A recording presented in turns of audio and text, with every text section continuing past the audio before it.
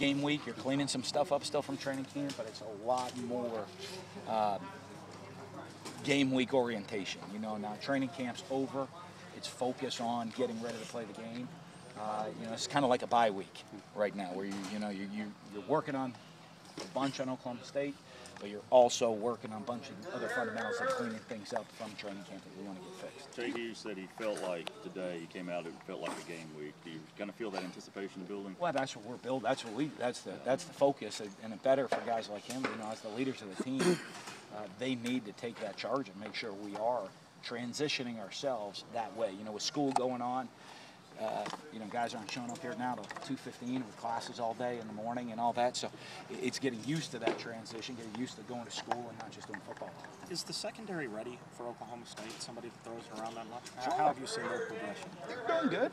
They're doing good. I mean, we'll find out when we go live, you know, against them. And, you know, it's a different offense than what they see in training camp a lot. So, you know, I mean, that's going to be the interesting thing. That'll be a different challenge for them. It'll be a little different style of offense than they see every day. Hughes was saying that, you know, obviously Banks and Slay were awesome players, but that there's a different feel with this year, that maybe guys are relying on each other a little more, maybe not waiting for stars to make the plays. Do you feel that might be the case this year? Well, yeah, it has to be, you know, and that's what you want in a team. That's what we always tried to build last year. You know, I mean, when you look, you want a team that everybody expects to make the play. They're not looking around for someone else to do it. You know, now last year you had some guys that when we needed it, they would always make it.